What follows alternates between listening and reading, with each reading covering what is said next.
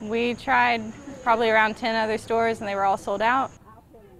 That's a common theme recently as we approach the solar eclipse Monday afternoon. Lots of people are not having a lot of luck getting their hands on solar eclipse glasses. Look at the line of people who showed up early today in Jonesboro to get their hands on some glasses. By the way, all the glasses they had there are gone. Some people may think there are other items to use to look directly at the sun, but are those options really safe? That's the question. News Channel 11's Carissa Winstead's in your corner tonight. She went in search of answers.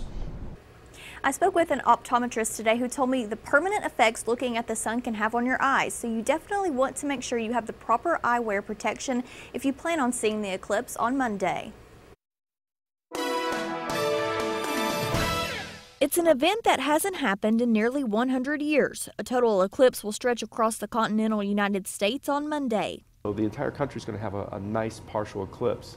In our own area, for example, right here in the Tri-Cities, it'll be 97% of coverage. A lot of people are excited about the event, so much so people are having a tough time finding solar eclipse glasses that need to be worn in order to look at the sun. Proper precautions do need to be taken during this eclipse. Angie Pattison is an optometrist at Sunset Eye Care in Johnson City. She says looking at the sun without the right protection can cause serious damage.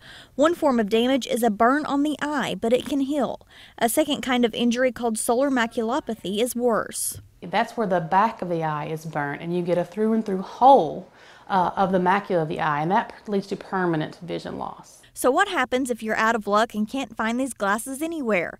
Pattison says there are a couple of options. One way is by sharing eclipse glasses. One thing that people may think is that they can wear sunglasses or a welder's hood or look through x-ray film. That is absolutely false. The only safe way to view the eclipse in real time is to use the ISO certified eclipse glasses. Another is to view the eclipse indirectly by making a pinhole projector. You basically take two pieces of paper or any other cardboard, things like that. You make a pin in a piece of paper, you put the other piece of paper on the ground and let the sun go through that little pinhole, and you can watch the different phases of the eclipse indirectly on that piece of paper on the ground. The same concept works with trees. The whole network of leaves acts like a network of pinhole cameras.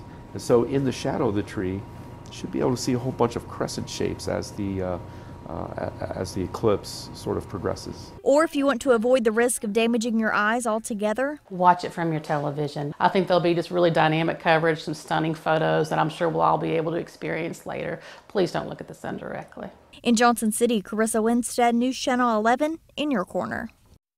Now, for more information about the proper eyewear needed to view the eclipse, we've posted a link to our website, WJHL.com.